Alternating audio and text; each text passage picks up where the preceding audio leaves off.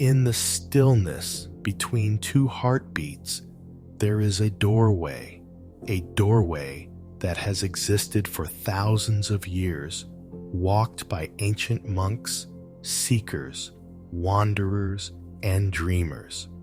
Tonight, you and I will walk through it together. Welcome, dear friend.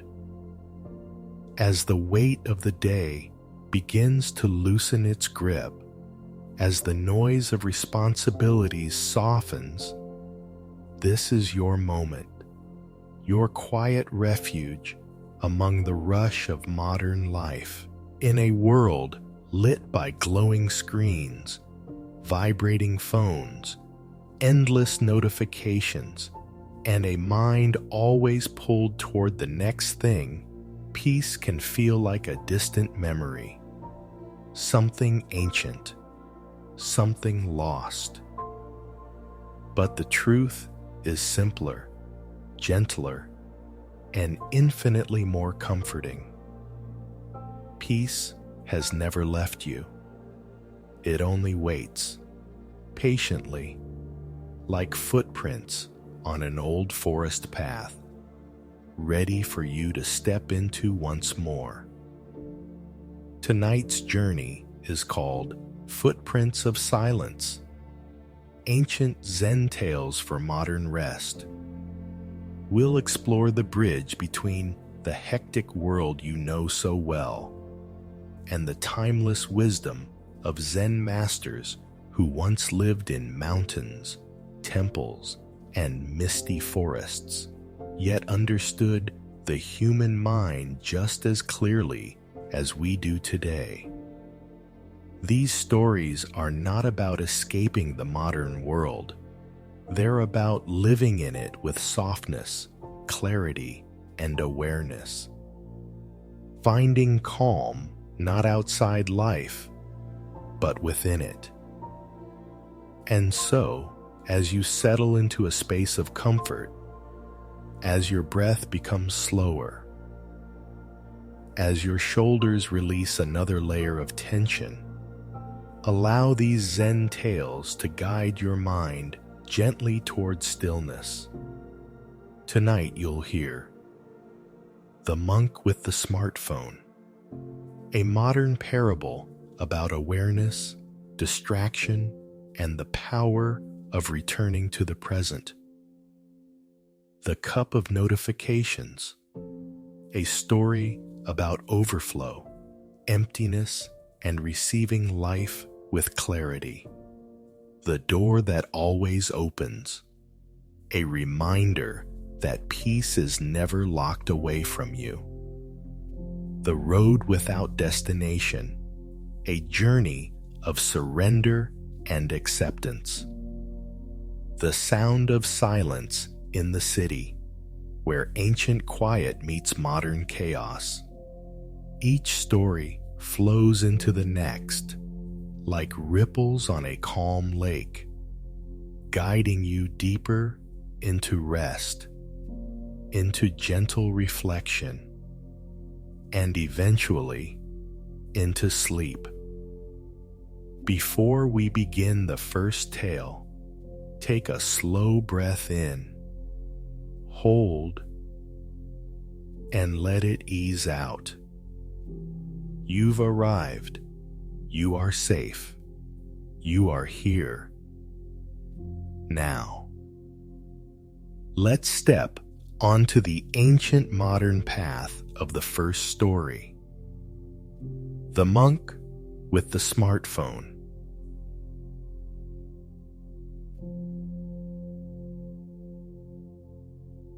In a quiet mountain town where mist curled around the rooftops each morning, there lived a young monk named Ren. Unlike monks of stories long past, Ren carried something unusual in the pocket of his simple brown robe: a smartphone. It wasn't forbidden. The world had changed, and so had the monastery. Messages, schedules, community needs, all flowed through the small glowing screen. But Ren wasn't aware of how deeply the device had begun to weave itself into his mind. Each morning, before meditation, he told himself, just a quick check, just one message, just one scroll, just one update. But just one became a chain, link after link, pulling his attention away from the quiet dawn and into the bright, buzzing world inside his phone. Sometimes, even while sitting in stillness, eyes lowered, palms resting upward, his mind flickered like a screen. Thoughts pinged, notifications echoed inside him long after the sound had stopped. One day, the head monk, Master Kogan, observed Ren fidgeting with his robe during walking meditation, as if reaching for the phone that wasn't allowed in the garden. He said nothing. He simply watched, smiled gently, and continued walking. That evening, as the sun dipped behind the pine-covered hills, Master Kogan approached Ren. "Walk with me for a moment," the old monk said. They followed a narrow stone path. Cicadas hummed softly. Lanterns glowed like fireflies, awakening one by one. After a long silence, the master asked, "Ren, do you enjoy your smartphone?" Ren nodded. "Yes, master. It helps me connect. It helps me learn. It helps me stay aware of the world." Master Kogan smiled warmly. "Good. A tool is not a problem. A tool is simply a tool." They continued walking. Then the master said, "But Ren, there is something I've noticed. You check your phone, even when nothing is calling you. You scroll, even when you are tired. You tap, you swipe, you refresh, often without knowing why. Tell me, who is using whom?" Ren froze. A single pine needle drifted from a branch above, landing at his feet. "I don't know, master." The old monk picked up the pine needle, turning it gently between his fingers. "Our mind," the master said softly, "is like still water. When we stir it constantly, through noise, through worry, through endless checking, we cannot see clearly. But when the water settles, everything becomes visible." Ren swallowed. He felt as though the master could see directly into his thoughts. The restlessness, the habit loops, the way his hands felt incomplete when not holding the phone. Master Kogan placed the pine needle into Ren's palm. "Tomorrow," the master said, "I want you to carry this pine needle instead of your phone. Whenever you feel the urge to reach for the phone, just hold the needle. Feel its lightness, its simplicity. Let it remind you of your own mind, pure, natural, and already enough." Ren bowed deeply. He didn't entirely understand, but something inside him felt lighter, as if the weight of the glowing screen had temporarily loosened its grip. That night, He placed his smartphone in a wooden drawer and slid it shut. The quiet that followed was unfamiliar and strangely beautiful. Ren woke before dawn the next morning, the sky still wrapped in shades of deep indigo. Usually, the first thing he reached for was his smartphone, its cold surface, its comforting glow, the little burst of stimulation that felt like waking up. But today, there was only the pine needle. It lay on his bedside table, fragile, almost weightless. Ren picked it up and felt the thin spine, the softness of each tiny green strand. It didn't vibrate. It didn't light up. It didn't demand anything. He slipped it into his sleeve and went to morning meditation. At first, everything felt normal. The monks sat in a circle, candles flickering gently against the cool stone walls of the hall. Ren settled into his breath. In and out, in and out. But only moments passed before an itch appeared in his mind. A thought like a whisper. Maybe there's a message waiting. His hand twitched unconsciously toward the place his phone usually rested. But instead of cold metal, his fingers brushed against the pine needle. He held it, breathed, and something softened. The urge didn't disappear, not right away.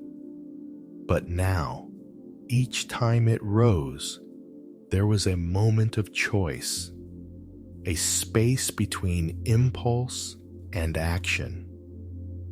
Master Kogan had once said, meditation is not about fighting distractions. It is about noticing them and returning home. For the first time, Ren truly understood. Later that afternoon, Ren joined the others for walking meditation in the monastery garden. The air smelled of jasmine and fresh soil. Bamboo leaves rustled softly in the breeze. He walked slowly, feeling each step, grounding his awareness in the earth beneath him. But then, his mind wandered again. What time is it? Did someone send something important? Did he miss anything? His breath quickened. His footfalls became less steady. Once more, his fingers found the pine needle. He paused, closed his eyes, and let its simplicity remind him. The world would continue with or without him checking. Silence was not emptiness. Silence was space. A space he had been too distracted to notice. Ren exhaled deeply and resumed walking, this time slower, more present. Master Kogan watched from a distance. He said nothing, but a small smile crept across his face. That evening, Ren sat on the wooden steps outside the meditation hall. The sky had turned orange and gold, reflecting across the surface of the small pond nearby. He held the pine needle in his hand, twirling it gently. The head monk approached again. "Ren, what have you learned today?" Ren thought for a long moment. "I learned that my phone isn't the problem. he said softly. It was my mind, always reaching, always reacting, always wanting more. The needle helped me see the moment before my habit took over. Master Kogan nodded. Awareness is the first freedom, he said. When you can see your impulse, you are no longer controlled by it. Ren looked at the pine needle, glowing softly in the fading light. Master, he said, will this habit ever go away completely? The old monk chuckled gently. Perhaps, perhaps not. The goal is not to banish distractions forever. The goal is to return again and again to the present, just as a monk returns to his breath. Ren closed his fist around the pine needle, feeling its gentle shape. For the first time, he felt something like peace. Not dramatic, not sudden, just a quiet settling, like dust falling gently onto an untouched floor. As the evening breeze brushed across the mountains, Ren whispered to himself, I can choose where my attention lives. It was a simple realization, and yet it changed everything. With the first story gently settling into stillness, you are now ready to move deeper into the night, into another layer of understanding. Next is a tale about overflow, clarity, and the constant stream of modern distractions. Coming up, the cup of notifications.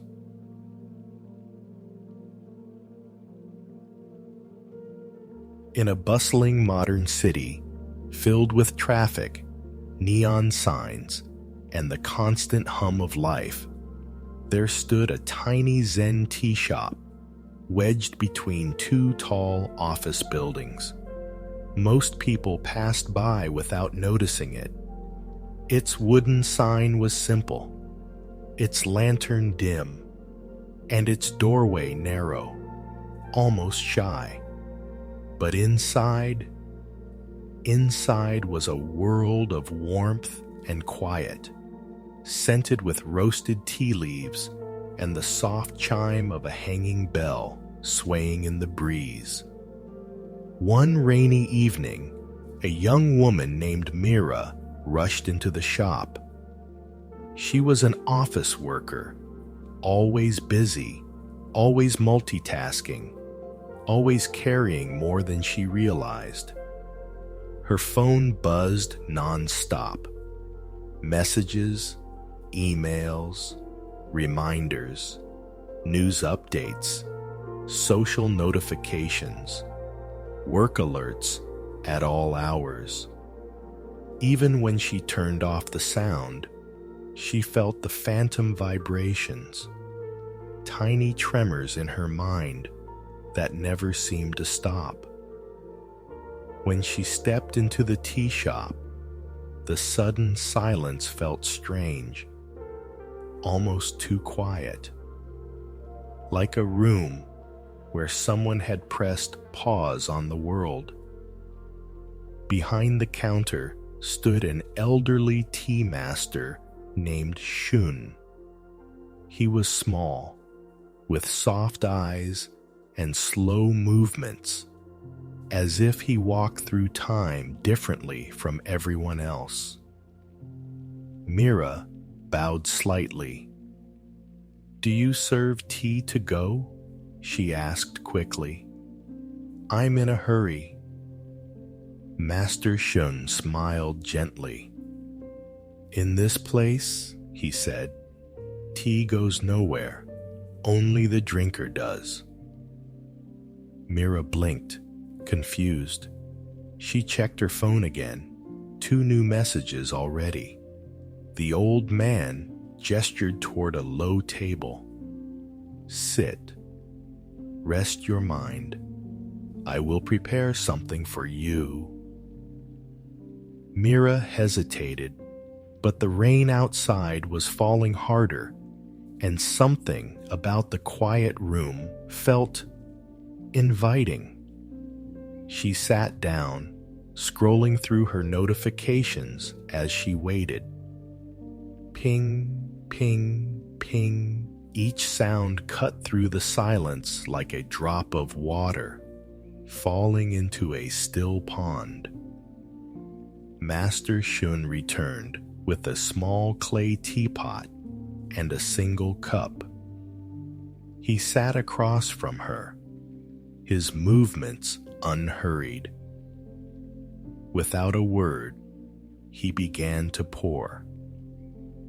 The warm stream of tea flowed gently into the cup. But he did not stop. The liquid reached the brim and then began to overflow. It spilled down the sides onto the tray, dripping onto the wooden table. Alarmed, Mira jumped up. Stop!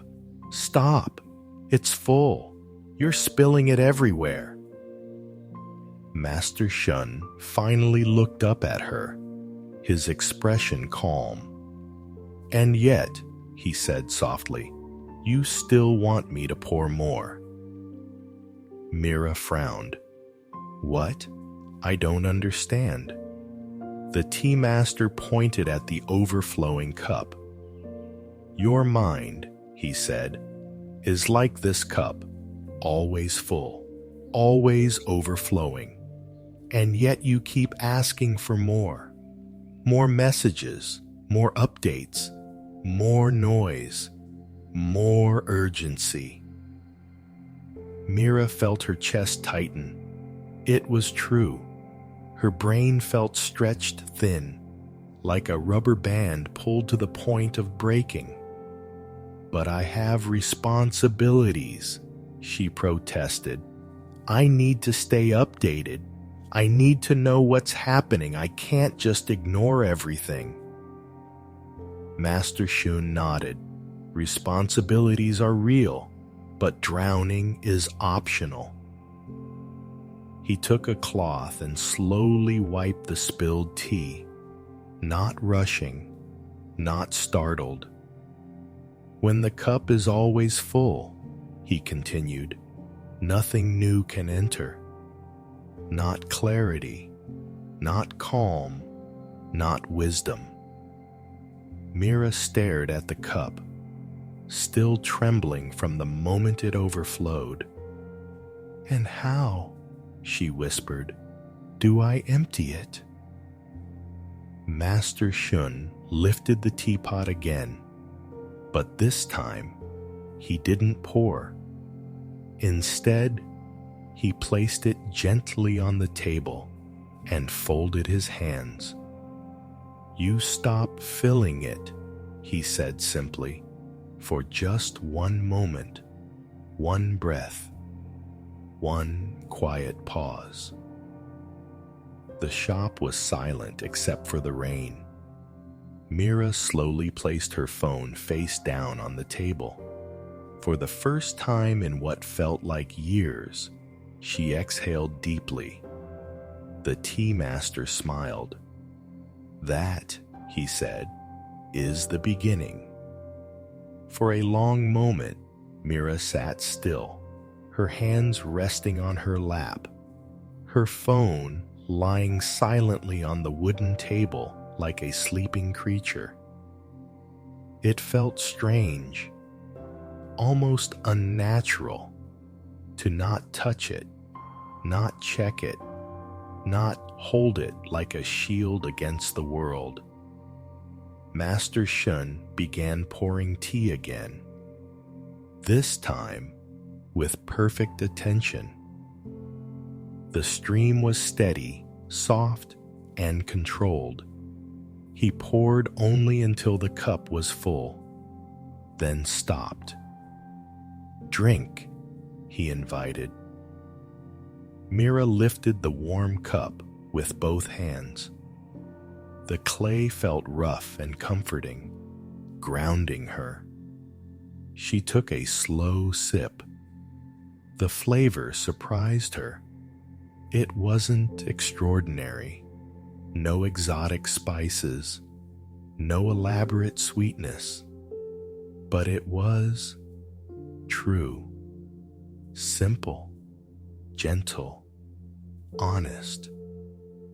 It tasted like something she had been missing for a very long time. As she drank, Master Shun watched her with a quiet smile.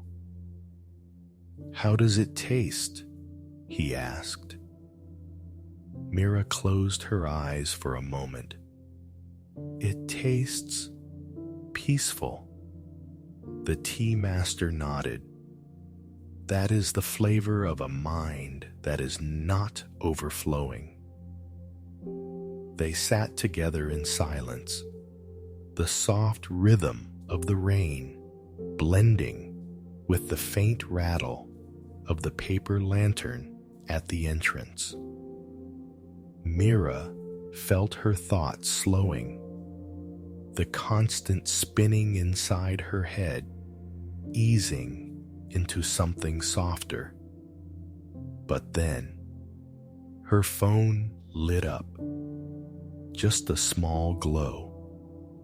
No sound, no vibration.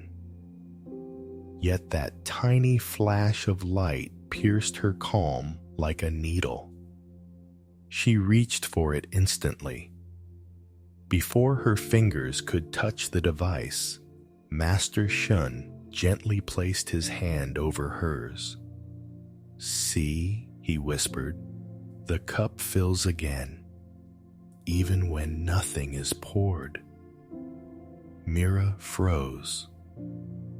Her breath caught in her throat. She pulled her hand back slowly, almost embarrassed. "I didn't even think," she admitted. "It's like my body moved on its own." Master Shun nodded. "Habits are powerful. Notifications are not just sounds. They become shadows inside the mind." He folded his hands in his lap. "Let me tell you something, Mira. The greatest noise in the modern world is not outside, it is inside." Mira swallowed hard, letting the words sink into her like warm tea. The tea master then raised the teapot and poured Mira a second cup, again with perfect stillness. This time, Mira watched carefully, noticing the softness of the steam, the grace of his movements, the quiet discipline of someone fully present. "When your mind is full," Master Shun said, "you react. When your mind has space, you can choose." Mira looked at the tea, a soft amber glow reflecting the lantern light. "Choose what?" she asked. He smiled gently. "Choose what deserves to enter your cup." Mira looked at her phone, still glowing faintly, waiting like a restless child. And for the first time, she felt not urgency, but clarity.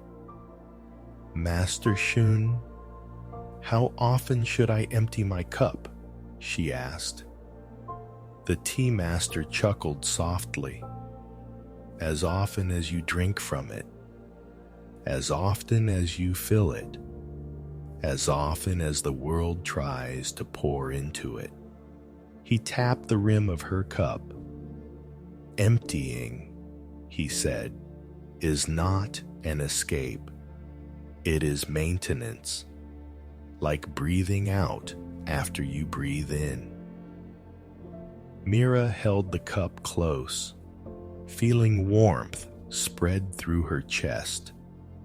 Something inside her was shifting, not dramatically, not suddenly, but gently, like fog lifting at dawn. When she finished her tea, she stood, bowed, and thanked Master Shun. As she reached for her phone, she hesitated.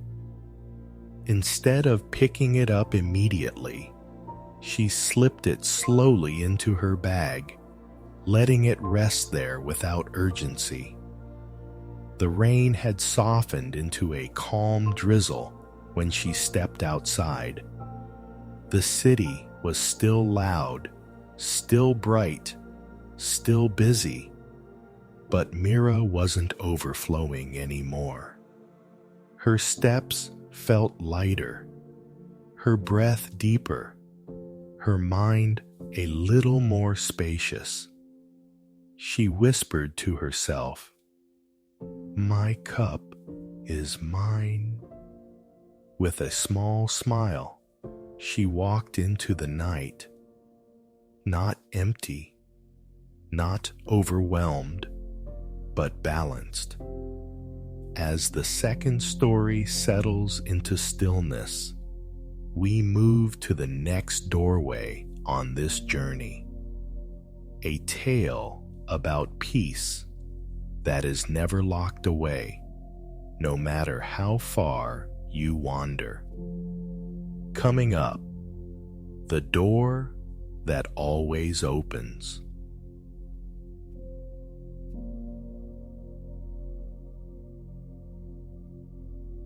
In a crowded apartment complex in the middle of a sleepless city, there lived a man named Taro.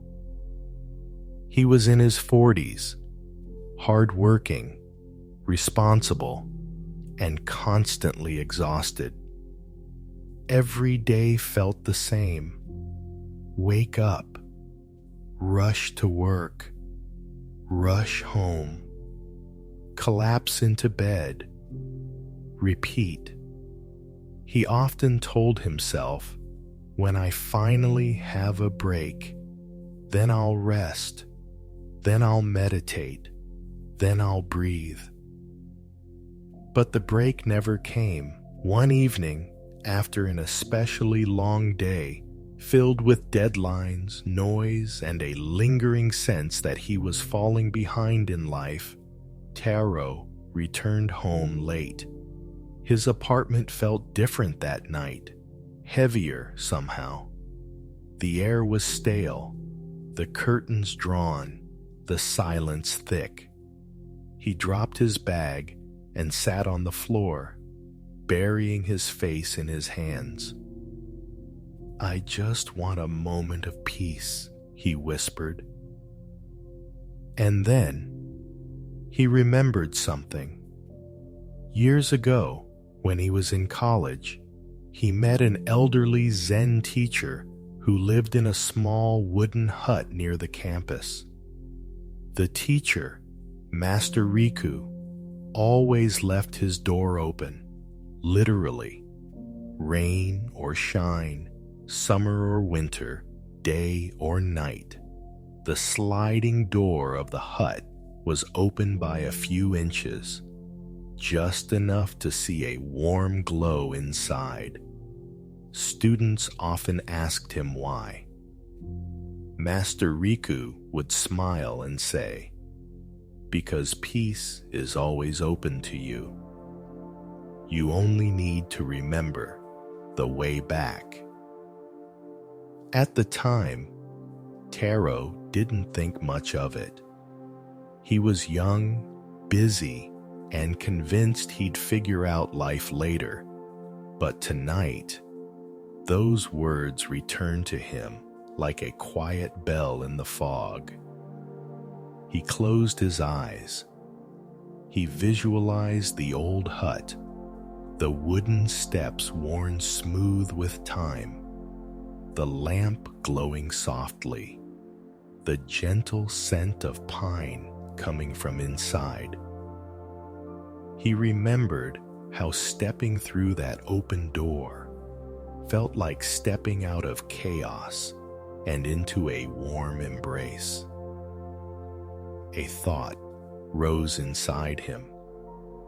Maybe the door is still open, even though years had passed, even though the campus was an hour away, even though he wasn't sure the teacher was even alive.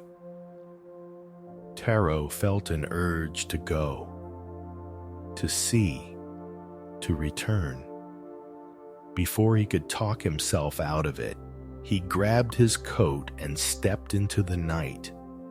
The city buzzed with noise, horns, conversations, music leaking from bars.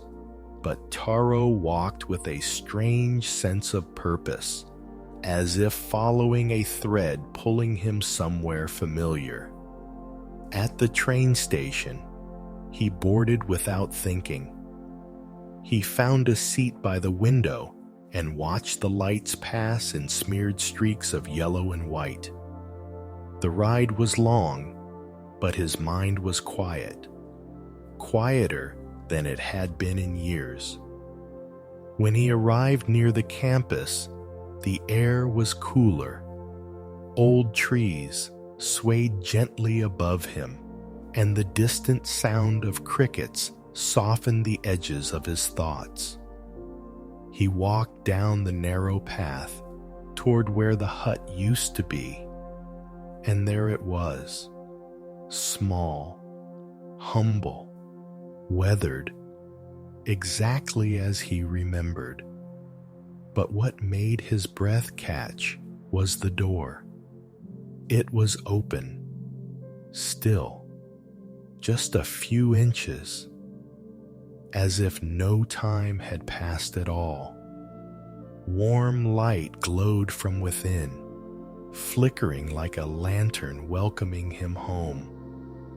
Taro stepped closer, feeling his chest tighten with emotion. How many years had he stayed away? How many times had he needed this door and forgotten it existed? He raised a hand and slid the door open fully. Inside sat Master Riku. Much older now, hair thinner, back more curved. But his eyes still held the same gentleness, the same sparkle of someone who sees clearly without judging. "Taro," the old monk said warmly, as if greeting a friend who had only stepped out for a moment. "You took your time." Taro felt tears fill his eyes. You remember me?" Master Riku nodded. "How could I forget someone who once entered my hut with such a restless spirit?" Taro laughed softly through his tears. "Master, I didn't plan this. I needed peace. I didn't know where else to go." The old man gestured to a cushion across from him. "And still," he said, "you found the door." Taro sat down slowly, feeling the warmth of the room wash over him like sunlight. Master Riku poured 2 cups of tea. As he handed one to Taro, he whispered, "My door is always open. But the more important door is the one inside you." Taro held the warm cup between his palms, feeling the steam rise gently against his face.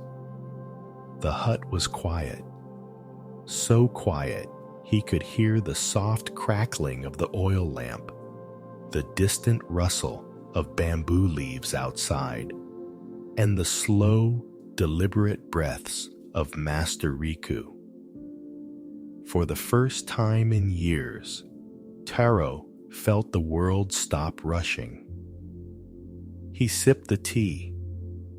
It was simple and earthy, nothing special, yet somehow everything he needed. Master Riku watched him with calm eyes.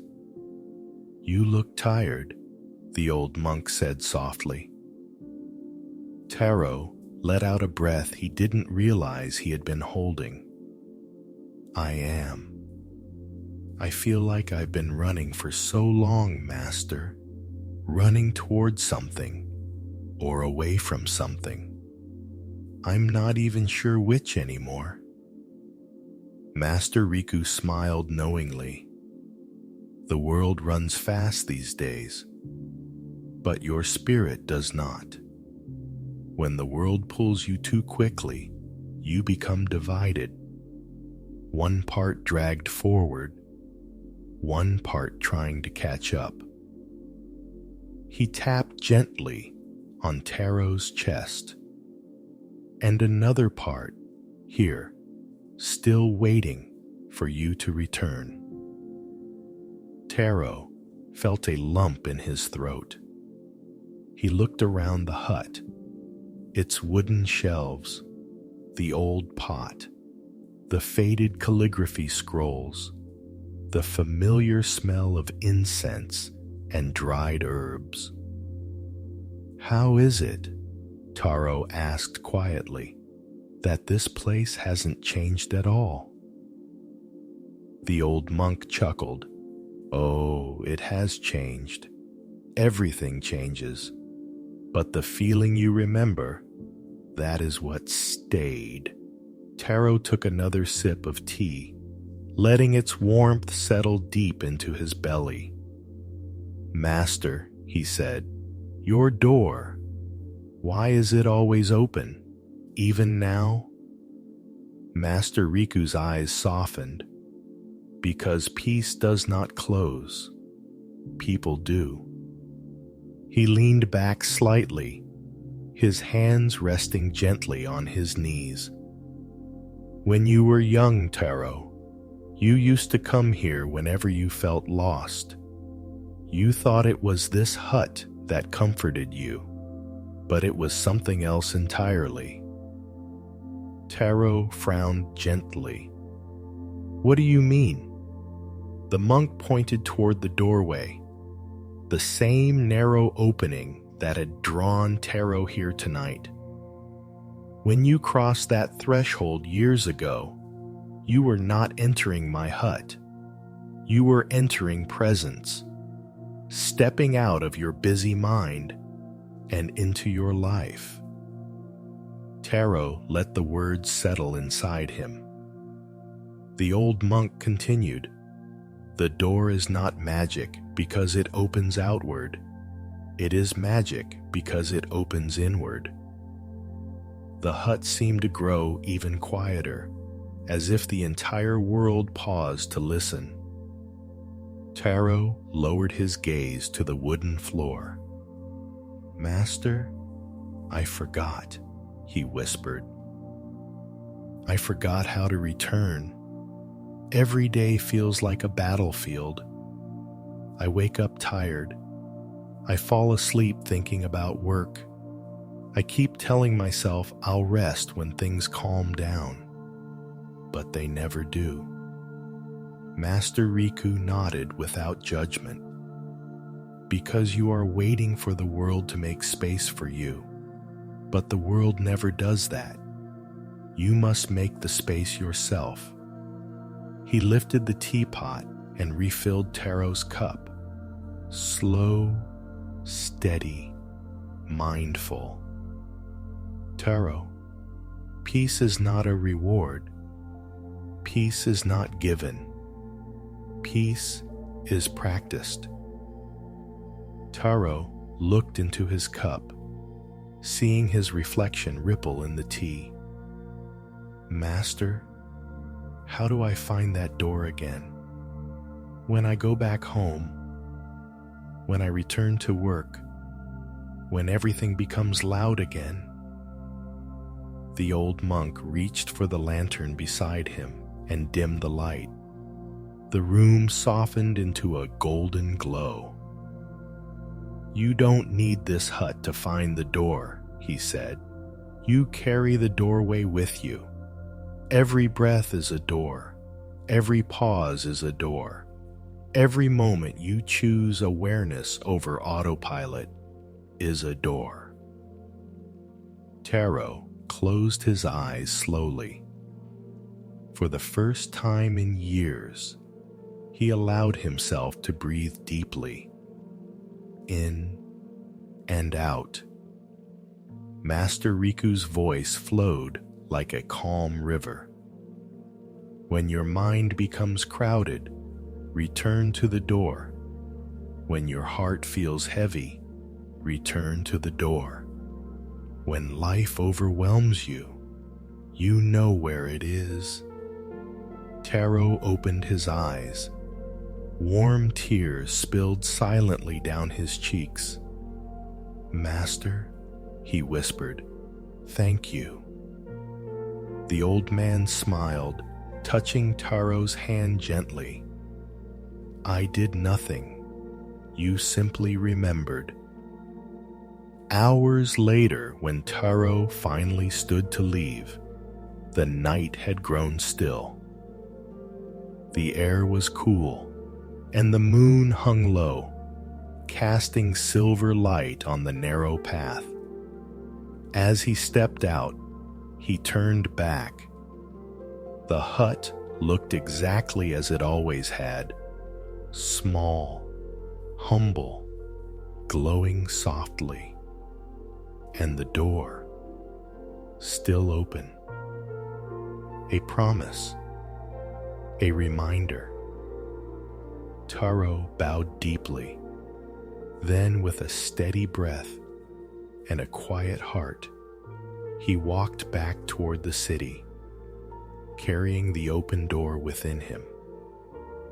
With this story gently resting inside you, we move next to a journey about surrender, simplicity, and finding direction by letting go of direction. Coming up, the road without destination. There was a time, not long ago, when a young man named Leon believed he needed a plan for everything. He planned his mornings down to the minute. He planned his meals a week in advance. He planned his work, his friendships, even his relaxation time, which he scheduled into neat little boxes on his digital calendar. His life was tidy on the outside, but inside, Leon felt tight, restless, and strangely hollow, as if he was always walking towards something he couldn't quite see, yet never arriving anywhere at all. One weekend, after months of burnout and sleepless nights, Leon decided he needed a break. He packed a small backpack, grabbed his hiking boots, and took a train to a remote countryside village he'd heard about from a friend. The village was quiet. Old wooden houses, vines climbing up stone walls, a narrow river winding gently through fields of tall grass. Leon checked into a tiny guest house run by an elderly couple. When he told the owner he planned to hike the famous mountain trail the next morning, the old man smiled and said, "Ah, many come here with plans, but the mountain prefers walkers, not planners." Leon didn't quite understand, but he smiled politely and went to bed early. The next morning, the sky was soft and blue. Leon woke before dawn, grabbed his carefully marked map, and set out toward the trailhead. But when he arrived, he saw something unusual. The map posted at the entrance was old, faded, and missing several parts. Worse, the paths branching into the forest had no signs at all. He opened his own map app on his phone. No signal. He felt a flicker of panic. "How am I supposed to follow the trail?" Leon muttered. A soft voice behind him replied, "You're not." Leon turned and saw a wandering monk standing beside him. The monk wore a travel-worn robe, carried a simple walking stick, and had a face both weathered and peaceful, like someone who had walked many roads without needing to know where they led. Leon bowed slightly. "Sorry.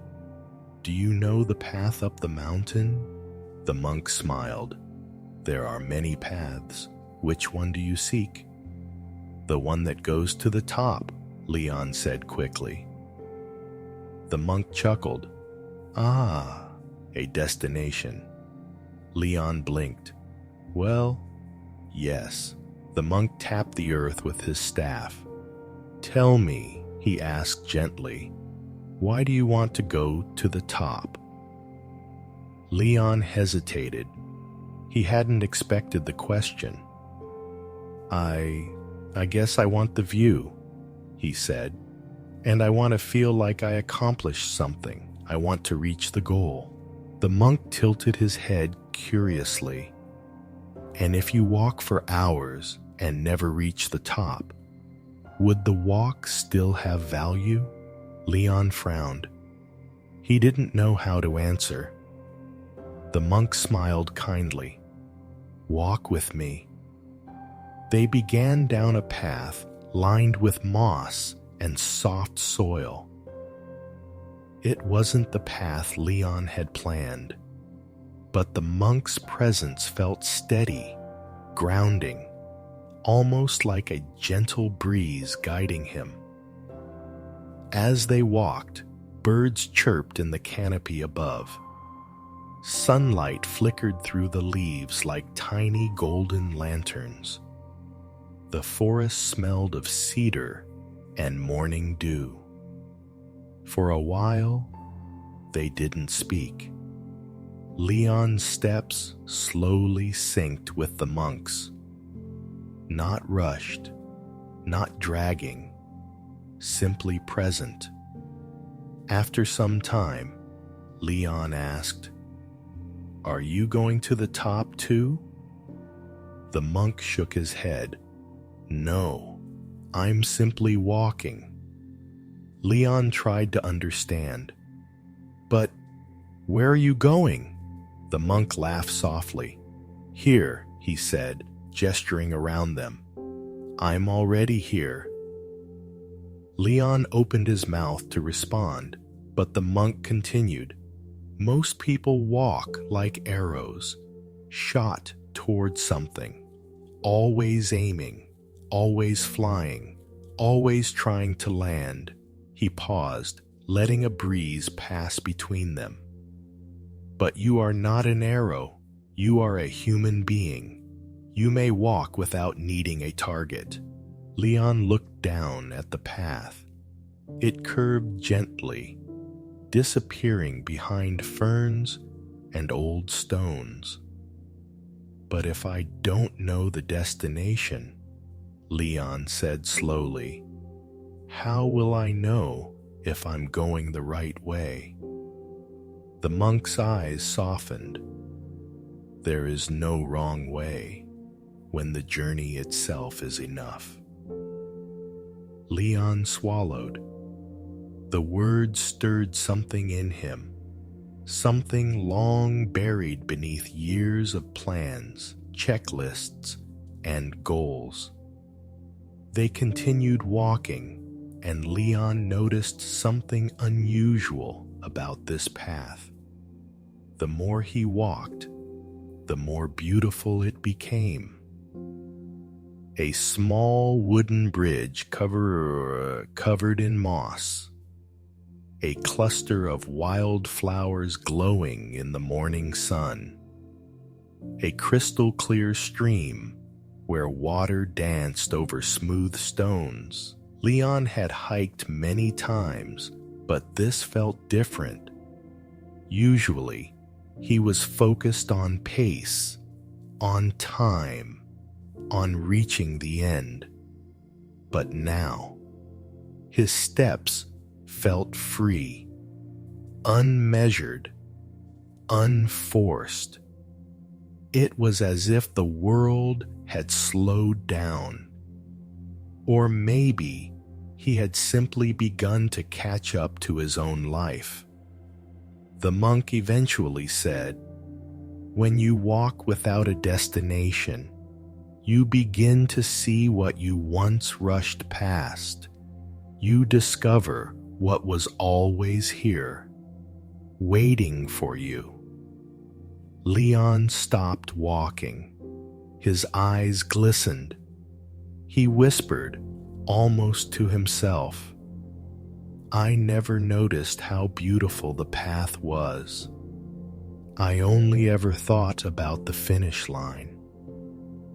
The monk placed a gentle hand on Leon's shoulder. That is why we lose peace, not because life is not beautiful, but because we do not give ourselves time to see. The forest opened slightly, revealing a sunlit clearing where a flat stone rested beside a stream. The monk sat down gracefully. Leon joined him. The water sparkled. Birds sang. The world felt impossibly alive. Leon let out a deep, quiet breath. "Maybe," he said softly, "the top doesn't matter." The monk smiled. "Now," he said, "you are truly walking."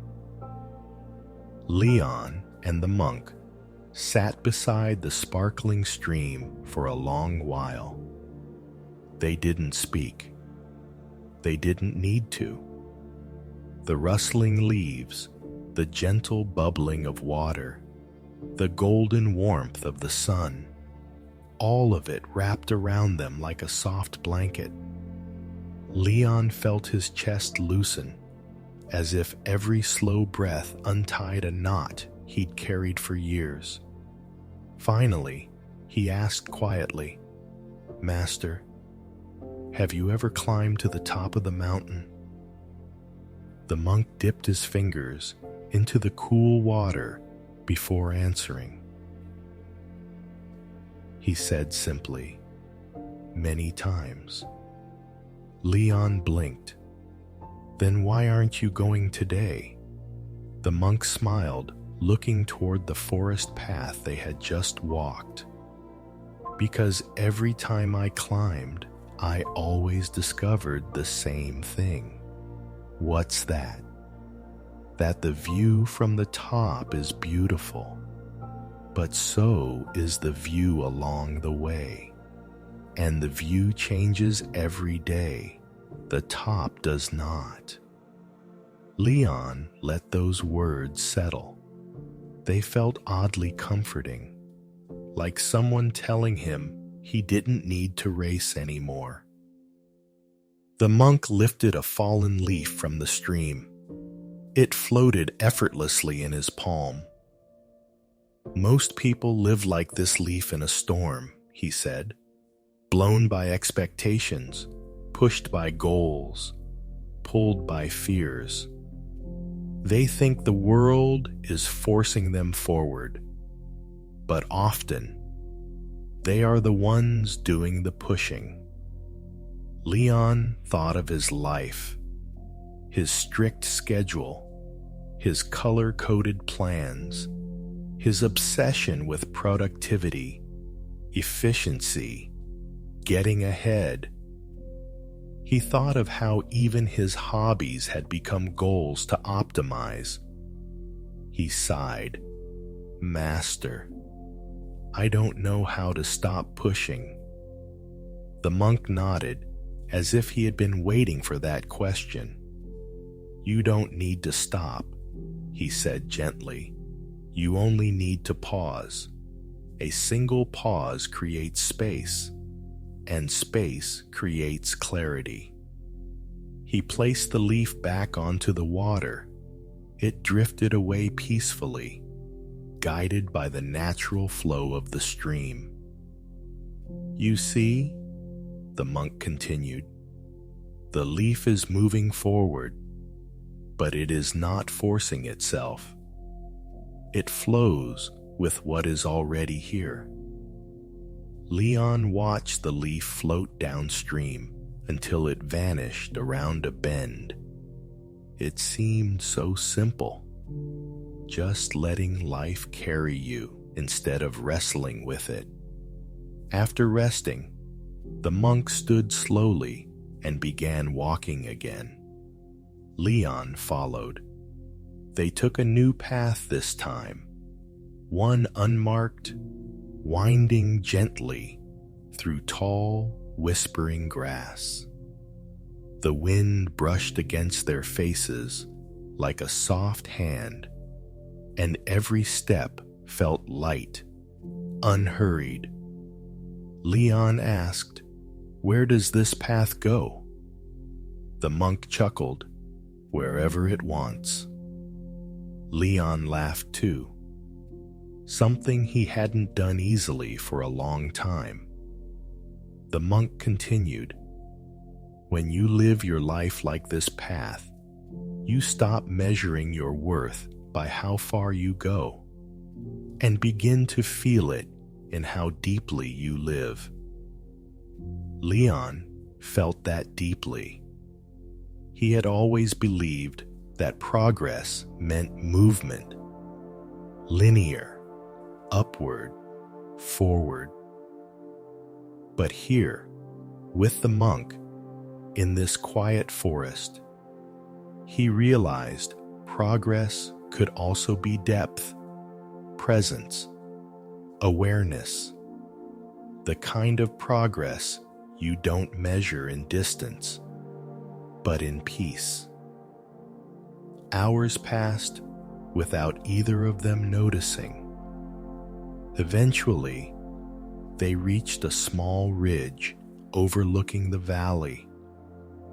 The view was breathtaking, rolling hills glowing in soft sunlight, the village below dotted with silver rooftops, clouds drifting lazily across a blue sky.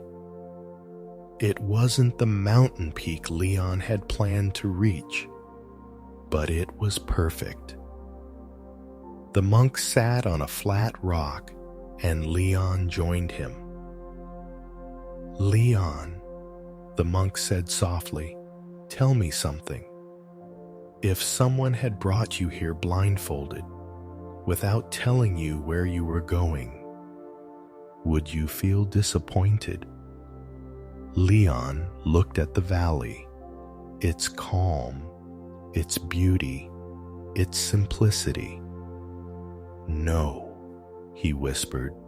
"I feel grateful, peaceful, present." The monk nodded. "That is the gift of a road without destination. Every place becomes a place worth being." As the sun began to lower toward the horizon, casting a warm golden glow across the landscape, Leon turned to the monk. "Master, will I lose this feeling when I go back to my life?" The monk considered the question carefully. "You may forget for a moment," he said gently, "but forgetting is not failure. Forgetting simply means you have another chance to remember." He pointed at Leon's chest. "The path is not in the forest, Leon. The path is in you. Walk it slowly. Walk it kindly. Walk it without rushing toward an end." Leon closed his eyes for a moment, breathing deeply, letting the wind, the silence, the earth beneath him all settle into his heart. When he opened them again, the monk was smiling. "Come," the monk said, standing once more. "The day is ending. Let's walk back." And so they did.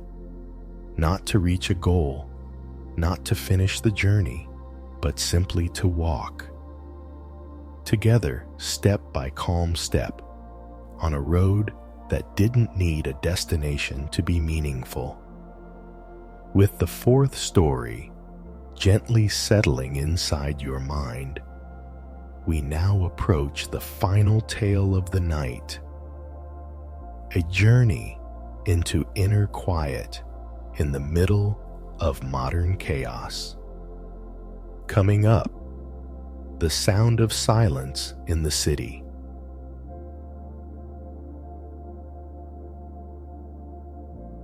In the heart of a massive metropolis, a place where the nights glowed brighter than the days, lived a woman named Hannah. She worked in media, surrounded by noise, breaking news, ringing phones, clicking keyboards, and conversations that never seemed to end. The city was alive in a way that never slept. Sirens slicing through midnight, subways roaring beneath the earth, billboards flashing like artificial suns, crowds moving like endless tides. Hannah loved the energy at first, but as the years went on, she felt an invisible weight pressing down on her chest. Even when she went home, her apartment hummed with sound. Neon outside the window, traffic rumbling below, neighbors arguing through thin walls, her phone vibrating with notifications she no longer had the strength to read. One night, after a long and frantic day, Hannah returned home feeling completely drained. Her thoughts were cluttered, her breath shallow, her body tense. She turned off her lights and sat by the window, staring at the glowing skyline. "How," she whispered, "does anyone find peace in a place like this?" As if in response, a soft breeze drifted through the window. It carried a faint, distant sound, so subtle she almost missed it. A single tone, like a small bell, clear, pure, delicate. Hannah frowned. There were no temples nearby, no quiet gardens, no meditation centers. Yet the sound came again and again. Curious, she leaned out her window, scanning the alley below. There, tucked between two high-rise buildings, was a tiny courtyard she had never noticed before. In the center stood an old man wearing simple gray robes, gently striking a meditation bell. The bell was small, no bigger than the palm of a hand. But the sound cut through the city like a ripple of calm moving through a storm. Hana watched him for a while. His eyes were closed, his breath slow. The world around him was chaos. Cars speeding past, music blasting from a bar down the street, neon flickering overhead. Yet he sat completely still, completely serene. Something inside Hana stirred. She grabbed her jacket, headed downstairs, and made her way into the courtyard. The old man opened his eyes as she approached. He smiled warmly as though he had been expecting her. "You heard it," he said. Hana nodded, slightly out of breath.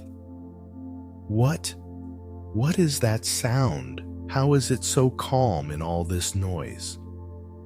He gestured for her to sit on the bench beside him. "It is the sound of silence," he said.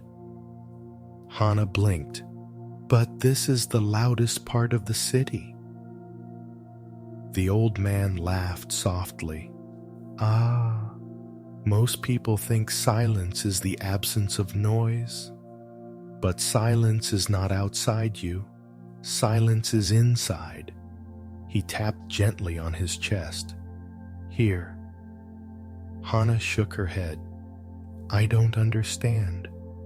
My mind feels like a crowded subway station.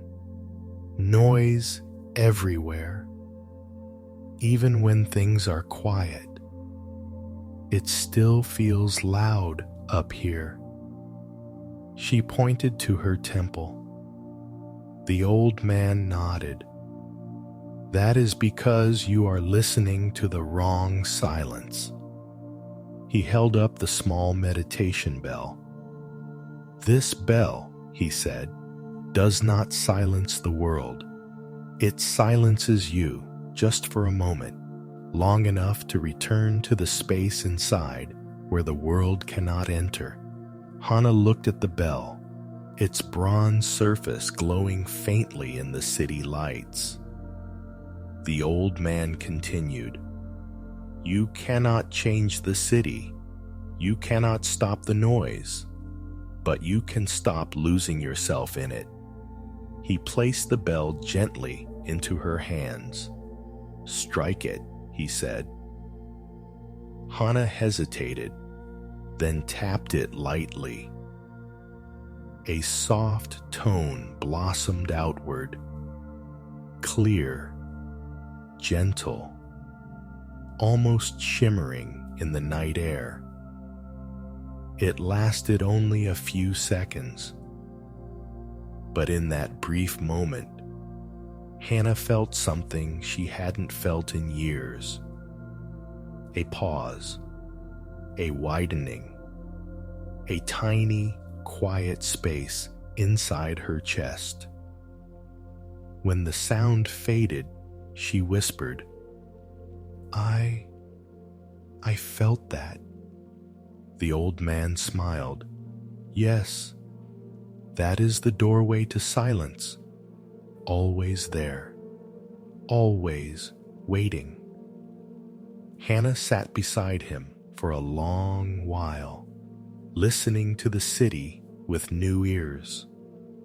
The cars, the chatter, the sirens, all were still there. But underneath it all, she sensed something deeper, a subtle, steady rhythm, like the heartbeat of the world. For the first time, she wondered, has silence been here all along, hidden beneath everything I thought was noise? As Hana sat in the courtyard, the city continued its restless pulse around her.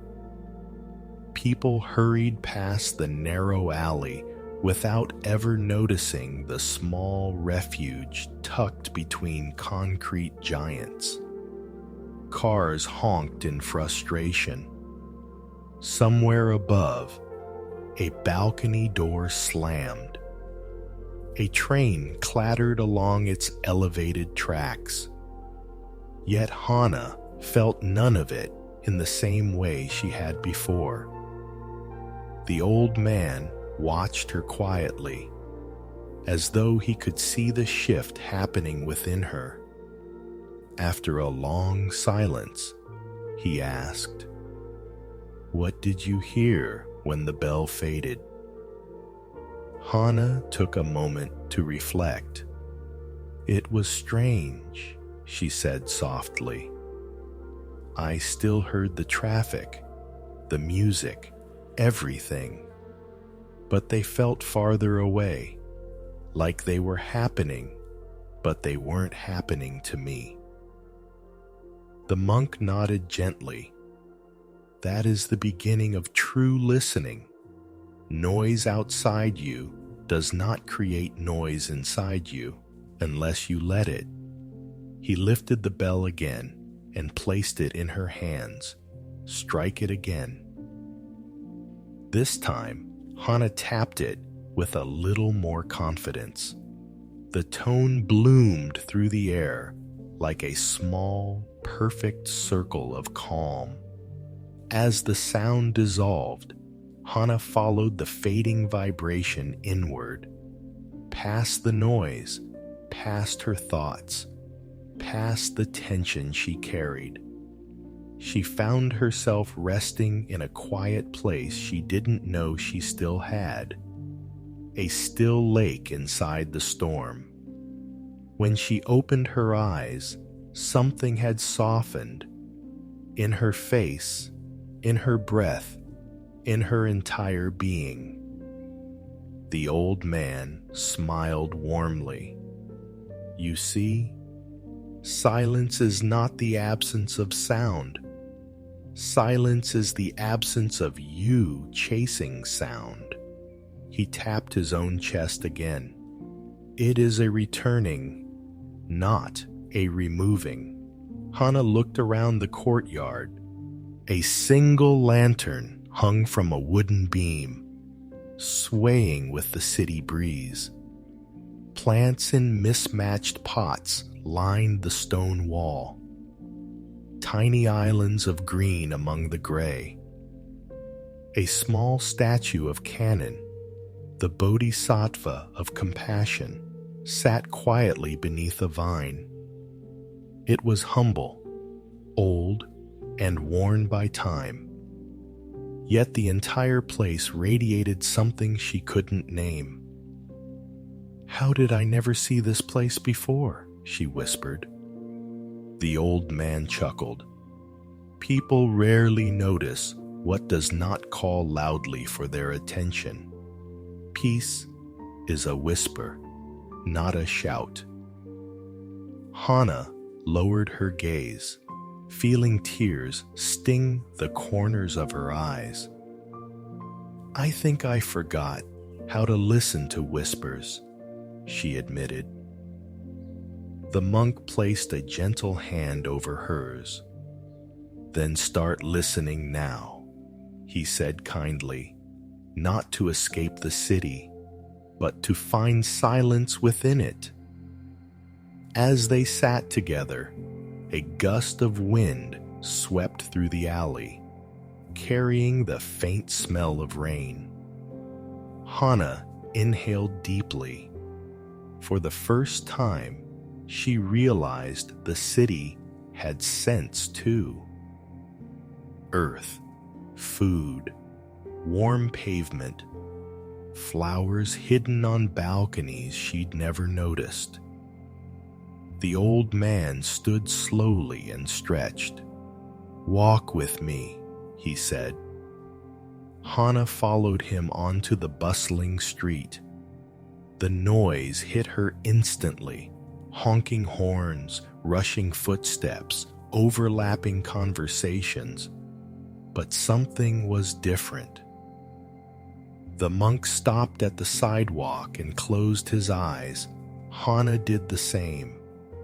"Listen to the world," he whispered, "but do not cling to it." Hana took a breath. At first, the noise crashed into her as always, chaotic, heavy, jarring. But with each exhale, it loosened its grip. She began to sense the layers beneath, the rhythmic tapping of heels on concrete, the low hum of distant engines, the soft laughter of teenagers passing by, the shuffle of wind between buildings, and under all of it, the steady beat of her own breath. She felt grounded, centered, present, not in spite of the noise, but within the noise.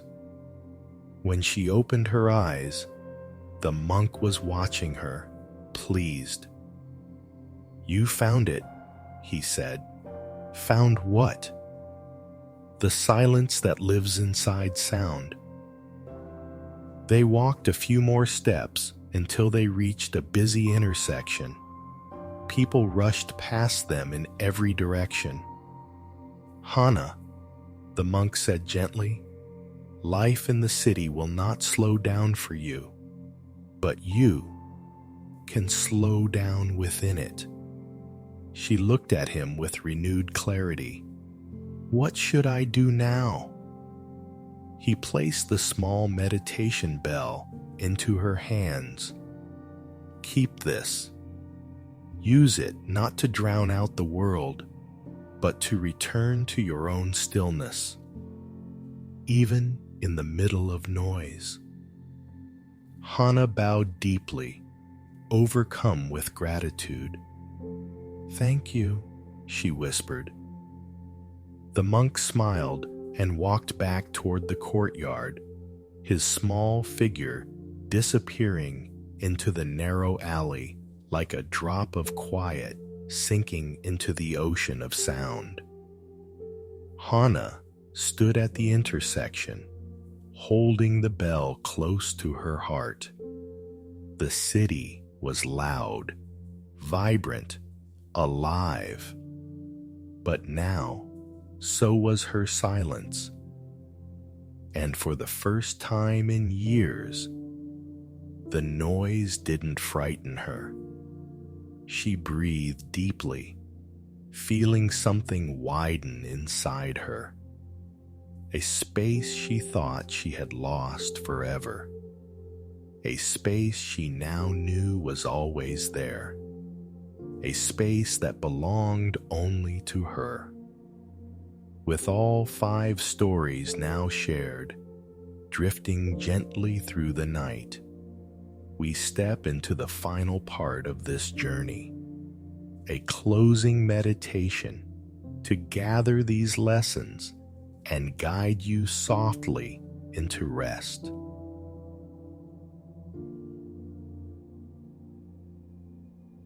And now, dear friend, after walking through ancient wisdom woven gently into modern life, after traveling across mountains, cities, courtyards, and quiet rooms of the heart, we arrive at the final stretch of tonight's journey. Let your body settle. Let your breath soften. Let your mind rest in the calm that has slowly unfolded inside you. Tonight, you met Ren, the monk who learned that awareness is stronger than habit. Mira, who discovered that an overflowing mind can find clarity by simply pausing. Taro, who remembered that peace is never locked. It waits behind an ever-open door. Leon, who learned that life's deepest meaning is found along the path, not at the destination.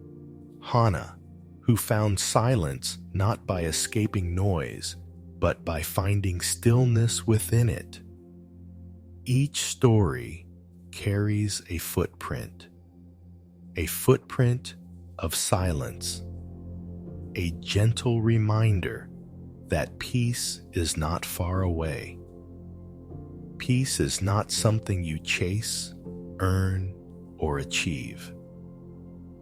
Peace is something you return to again and again and again, just like now. Before you drift into sleep, take a slow inhale, letting your lungs fill comfortably, and exhale, releasing everything you no longer need. Feel how the breath moves like a soft tide, coming in, going out, always carrying you gently toward stillness. Close your eyes if you haven't already. Let your muscles melt downward. Let the weight of your body be held fully by the bed beneath you. With each breath, imagine a quiet door opening inside your chest. A familiar door, a gentle door, a door that always opens no matter how chaotic the day has been. Behind that door lies a soft, warm room filled with calm, a room lit by the glow of your own presence, a room where nothing is required of you, nothing is demanded, nothing is rushed. You are safe here. You are welcome here. You are enough here.